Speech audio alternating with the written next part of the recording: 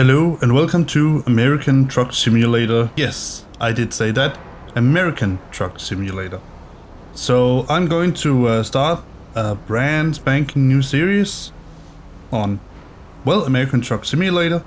Because I must admit, I really enjoy driving those big American roads. And also, as you might know, I also really enjoy driving those big American trucks. The hooded trucks, except when I have to back them up. Then I don't enjoy them that much. But let's get going. We're in the truck. Oh, just have to turn that off. I really don't like those rumbling, the engine rumbling. So it's the engine force feedback. Let's turn that way down. And let's get going. I think I just bumped the mic there. Sorry about that. So let's take a look to the sides. We're going out that way.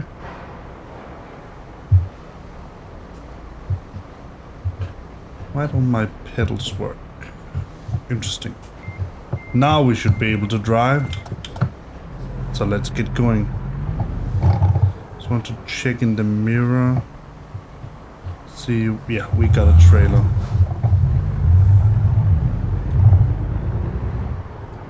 And just like with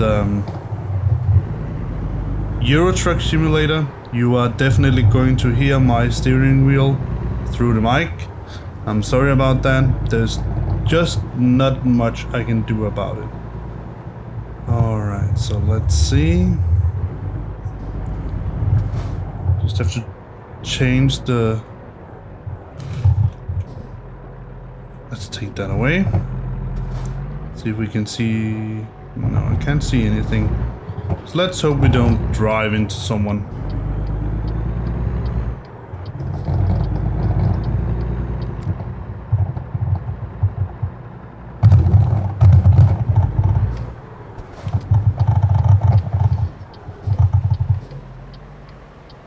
We have to go... Yes, left here. Now we just need a hole. See if I can make one of them stop for me. They are actually very good at that. Thank you.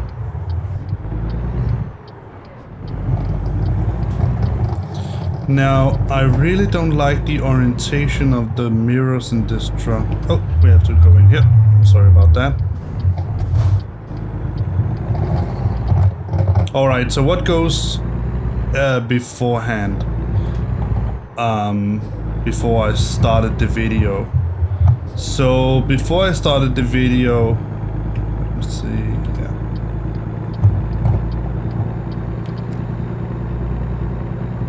Just shift that so that I can see. Does it show me the? No, it doesn't show me my speed. But I can go 55, so let's just give it a lot of. Let's see if I turn on the... Oh, it gives me there. Perfect. So, yeah. I've started my company in Fresno, California. There's not much to say about that. And then we are going to drive a little bit around here in the US and deliver some goods. Now, of course, there are some differences between, you know, that American Truck Simulator and Euro Truck Simulator. The main difference being that in Euro Truck Simulator, I would argue that you have a heck of a lot more content. Much more. You have the ordinary, I think you have 6 or 7 DLCs now. There is Scandinavia, there's France, there's the Baltics, there's a lot of content on Euro Truck Simulator. Also, there is, and I would like to add that as a big bonus, there is the matter of Pro Mods. Now, Pro Mods is obviously a mod for ETS2. It's a mod that gives you a lot more content. So they have added both big and small places to the maps. For instance, they have added most of Northern Ireland, some of Scotland, if not all of Scotland. They have added Iceland, the Faroe Islands, all kinds of different places in Europe that you don't have on the ordinary, the vanilla game. But obviously, as you might know, adding that much more content to the game will also result in taxing your system higher. So you need to have a you need to have a computer, you need to have a system, yes, that is able to handle that much more you have thrown at it. So what more can I say? Yes, well, I guess you would say that in American Truck Simulator you have sorry about that. You have, as of now, I think it is, I think it's something like 4 states. I think it's 4 states. I don't think it's more than that. So it's 4 states. But we can check it on the map. Obviously, one state in the US is easily comparable to, I don't know, a quarter of Europe or something like that. There is a lot, so there's no doubt about that. But still, it's a relatively little part of the US that you can drive right now in this game. Now, for me, as a European, and knowing that SCS software, they're actually reasonable accurate. Who's overtaking me? It's a bus. They are actually reasonable accurate with the maps. Now, I know that the software company SCS, I think they're called SCS software. We are going off here. They are placed in, can't remember if it's Poland or Czech or something like that. I think it is something like that. They are placed. So obviously it's not an American company, and not that there's nothing wrong about that. But as you can hopefully imagine, being a European and trying to accurately describe how the American roads are, well, let's just say you can look at the maps, you can look at elevation, considerations, all those sorts of things. But in the end, in order to accurately describe the American roads, you don't necessarily need to be an American, but you do need to have driven much of these roads. So, being that I'm not an American and I'm a European, and also that I have never been to America, I can't say anything about whether these maps are accurate. But I can say what I feel about them. Alright, we have to change this, but just go in here. So I want this one, because it gives me the most, and because I like to torture myself.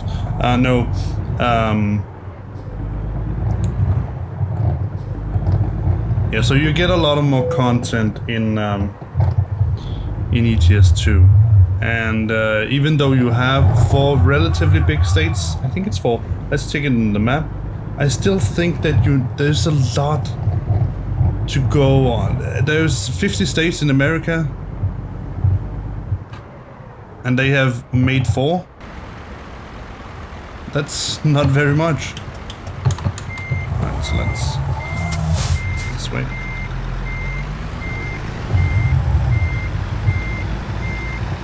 I really don't like taking the trailers in like this, because I really can't see where I'm going in these mirrors. It's reasonable accurate, but it's not that much. I think might hit something, but maybe I can toss it around enough that I can get it on my good side. Let's see how bad I actually did.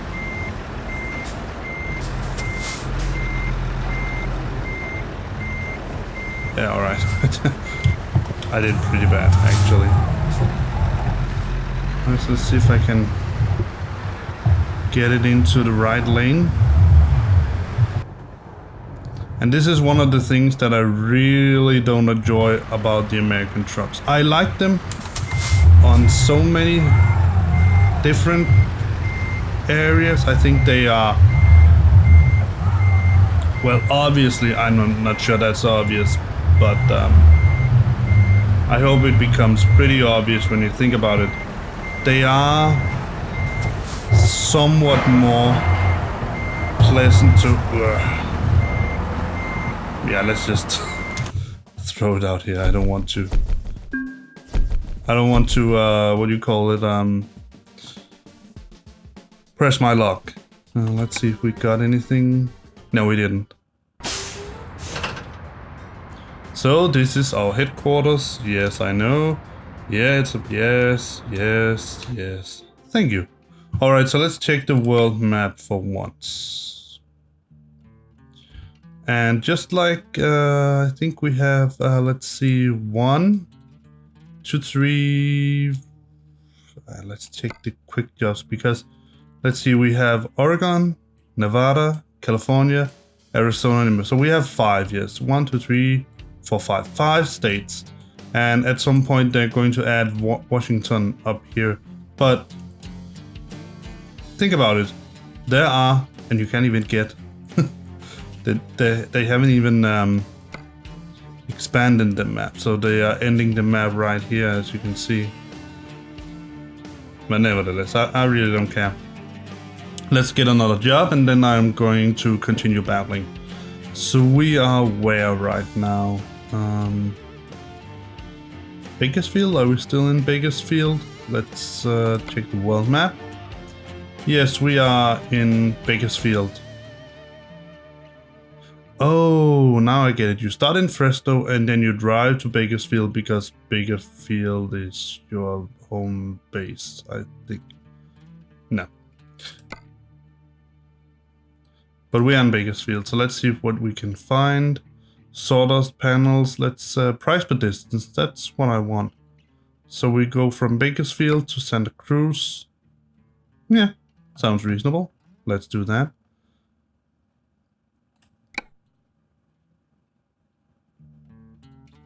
So now we don't have our own truck yet. So we're just going to jump from truck to truck. And what I don't like about that is that I have to reset all of this all the time. So I think it's 60 degrees and looking slightly downwards. Yeah, I think everything else is reasonable. Okay. Let's remove that.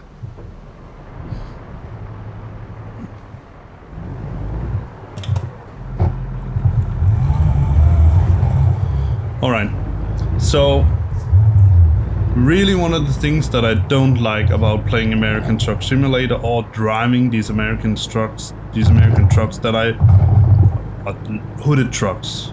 Not particularly American, but they are hooded. So if you don't know the difference between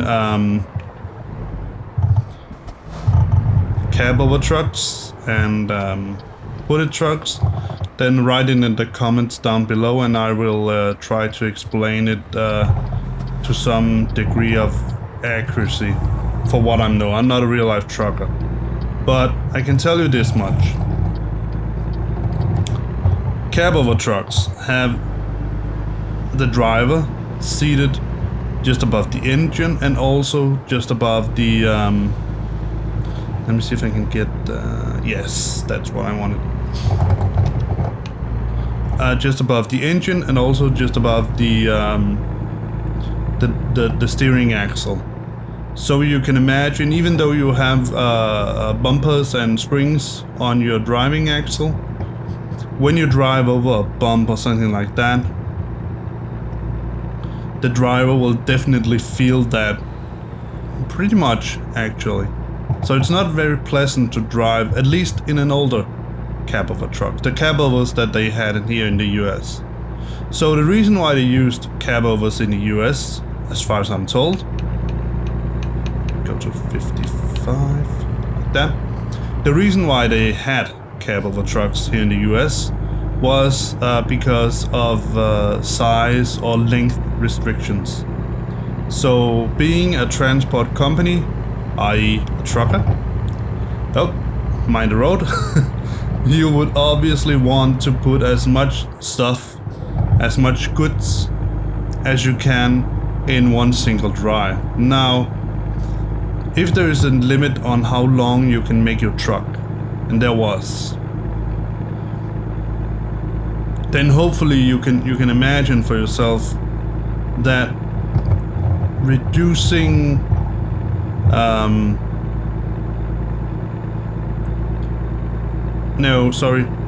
increasing the length. Oh no, we had to turn here. Yeah, that's because I am babbling just way too much. Alright, so we have to find another road, and it has already told me where I can drive around. Alright, so yeah, let's let's take a turn on the gas station. Sorry. I'm just going to take total advantage of you having a gas station right here in the middle of nowhere. So let's make a sharp turn. Hopefully we're not hit by anyone. Oh, I was almost hit someone. Let's see if I can avoid him, because he stopped pretty close to me. No, I don't want to get stuck. No. Yeah, I know.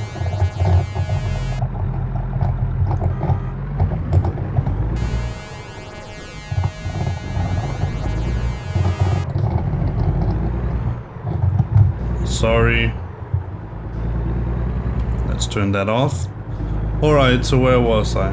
Yes, the cab overs. So the old the old US cab overs, and mind you there was a lot of them,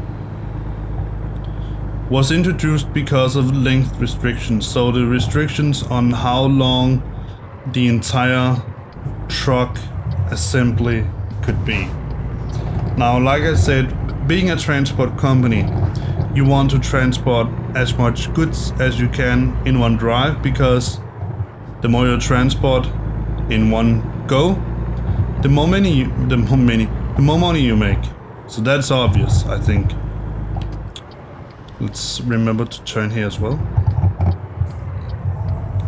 So if you want to make the trailer longer, and you do want to do that because that's where you store your goods, then obviously in order to uphold the restrictions, you need to make the truck smaller, shorter.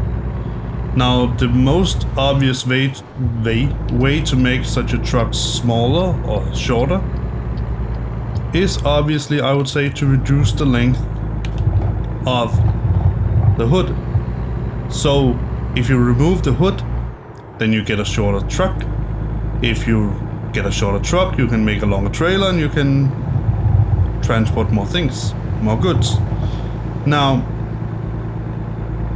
and essentially here you have your cab over truck. Now obviously, if you just remove that, now imagine in an ordinary car you have the front wheels in front of you and you have the back wheels behind you. So when you drive over a bump or something like that, you will not feel you are at an angle with those front wheels as they lift up. So even if you have springs and dampers on your axle, you will still be inclined at an angle, so you will not feel as much of that bump when you drive over it.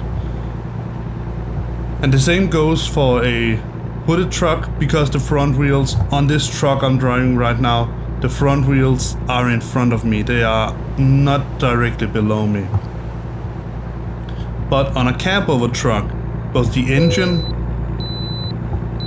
Okay. But on a cab over truck and... on On a cab of a truck, both the engine and the steering axle is somewhat directly over the driver. So when the driver drives over a bump, that energy that is not displaced in the springs is directly displaced into the driver's back, mainly his back.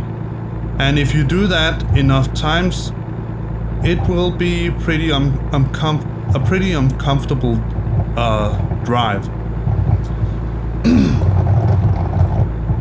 So at some point, those restrictions were lifted in the US, and obviously the cab over trucks went they were just almost extinct, never used, and instead these hooded trucks were used a lot, because now there were no restrictions on the length of the truck, and then you could just make it as long as you want. So also the back wheel, if you compare an American truck with a European truck, you'll notice two things. First and foremost, the American trucks have hoods. European trucks are all cab overs.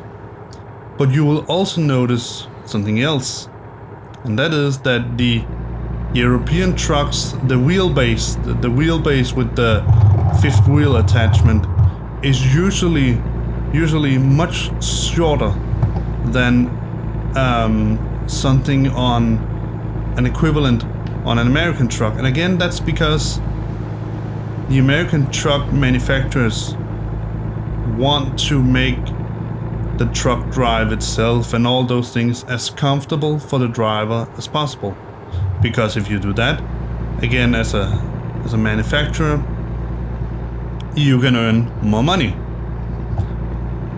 In Europe, in the EU, the manufacturers instead had to because we still have these restrictions, length restrictions here in the EU. So the manufacturers instead had to try to make the drive as comfortable for the driver as possible, while still maintaining those relatively short trucks, these cab over trucks. So what happened was that the entire base of the entire cabin on the European cab over trucks, as far as I remember it, are spring loaded. So just like the wheels are essentially attached to the frame of the truck via springs, and of course also the dampeners, but mainly the springs, the cabin of the truck is connected to the chassis of the car itself via springs. So the entire the entire cabin is spring loaded. And that is why when you watch one of those European trucks, you will notice that when they brake, the cabin would slightly bend forward, and when they accelerate, the cabin would slightly bend backward. I seem to recall that they are spring loaded. Furthermore, the seat for the driver itself is pressurized. It's got hydraulics.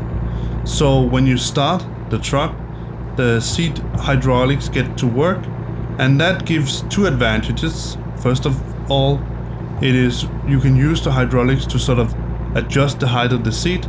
That's very useful. And also, I would say perhaps most importantly, the hydraulics is another part of the chain in the truck that will make the drive more comfortable for the driver. So, to make this very long story short, I think that the European trucks, the cab over trucks, I think they're beautiful. They look good. Definitely. But if I had to choose just out of nothing, I would definitely, no doubt about it, choose a hooded trucks. I just think they look, if you have a really styled Kenworth W900, I think it's called, if you have that, and with that long hood and then that big cabin, that sleeper cabin, I think they're beautiful. But obviously, as I would like to say, and as you saw, I think they have one major, really major disadvantage. Now I know that American truckers, they are used to that, so if you give a man a club, he will try to club his food, and if you give him a fishing rod, he will try to fish his food. So you adjust your work around the tools that you are given. And obviously I think that American truckers, they are used to backing up these hooded trucks, but one of the disadvantages, really disadvantages in my opinion, is that you have that extra hood. So in a cab of a truck, you can practically drive the truck just up to the place where you can see the wall just outside your windshield. Because that is where the engine, that is where the front of the semi-truck actually ends. Now, in a truck like this, in a hooded truck, you will always look at whatever you're looking at in front of you at an angle, because you have that hood sticking a little bit out and obscuring your view. Now for the older Kenworth models with that very rectangular hood, it's really obvious. It's almost incredible. You have that big hunk of metal in front of you that makes it practically impossible for you to see anything directly in front of you. So I think it makes it, to me at least, a bit harder to back up a trailer, because you can't take advantage of the entire field that you have to maneuver. You have maneuver. You always have to sort of adjust for the fact that you have this hood in front of you. Now, one of the other things that I really enjoy about playing American Truck Simulator compared to Euro Truck Simulator, let's just say ATS and ETS2 henceforth. That's more easy.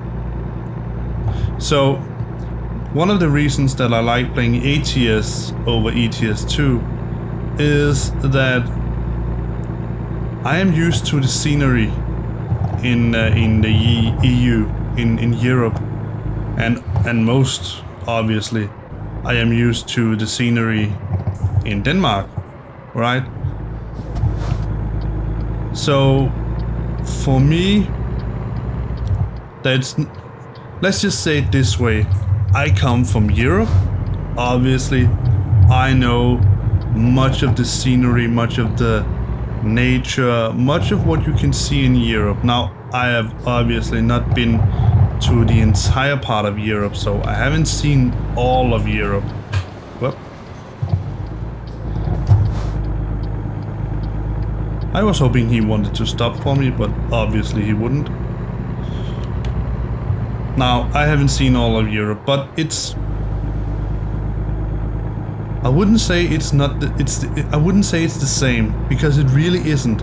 There's a huge difference in what you see in Denmark and Sweden and France or Spain or Italy or Greece. There's a big difference in what you can see. But if you compare that with what you see in the US, and obviously I know most of what I know about the US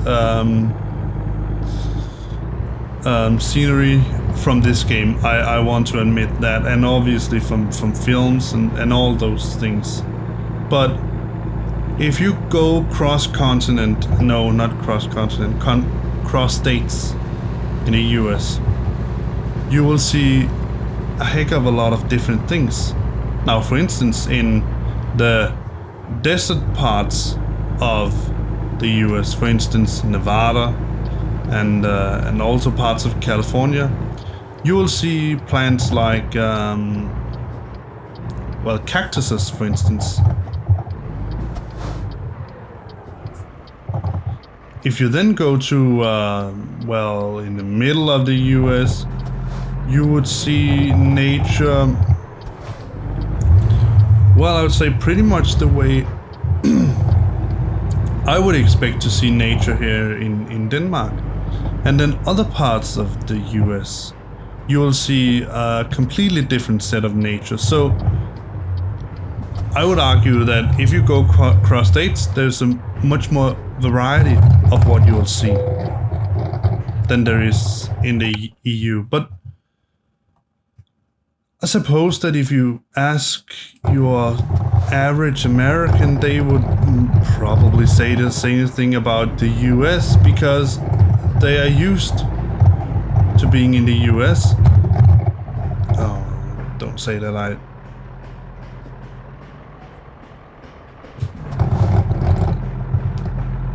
They are used to let's just engage the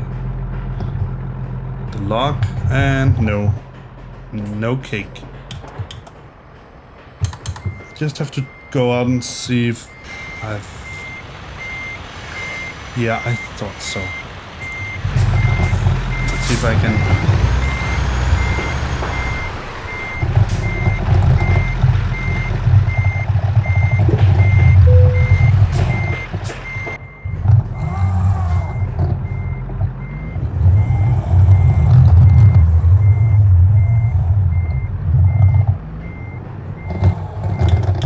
Again, one of the things that I really don't like about American Truck Simulator is that you have...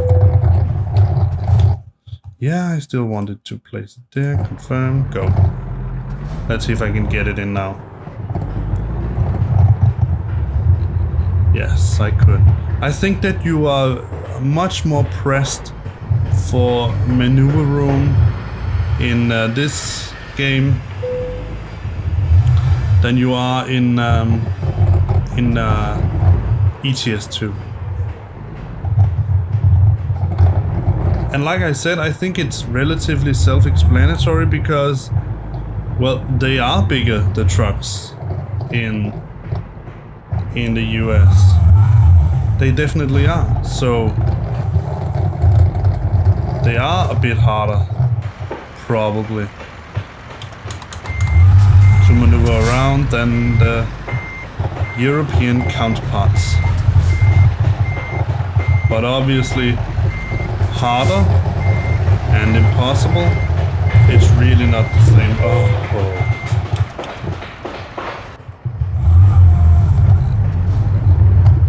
So one of the other things that I also enjoy about this game is that I think that they seem to have done a lot more work on the ambient sounds.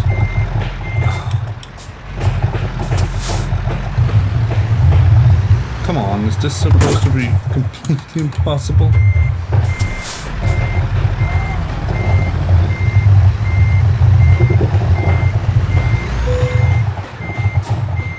What is it that I'm... Oh.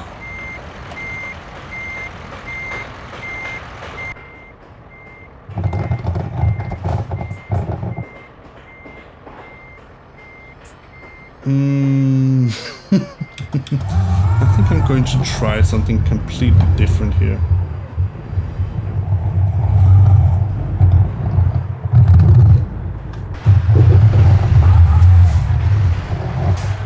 Let's see how close I can get.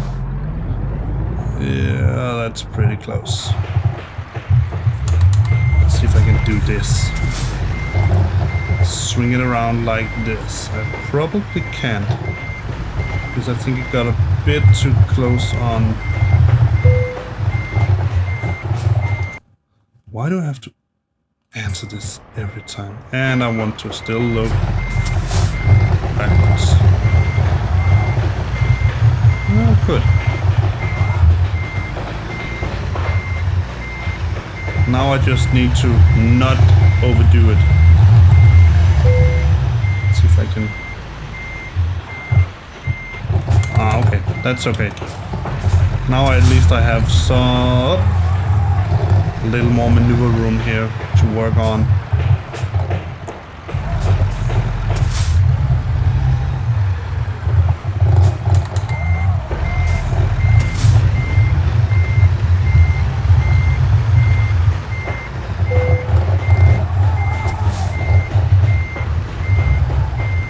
So there are some things that I enjoy more about ATS than ETS 2, but I must sincerely admit that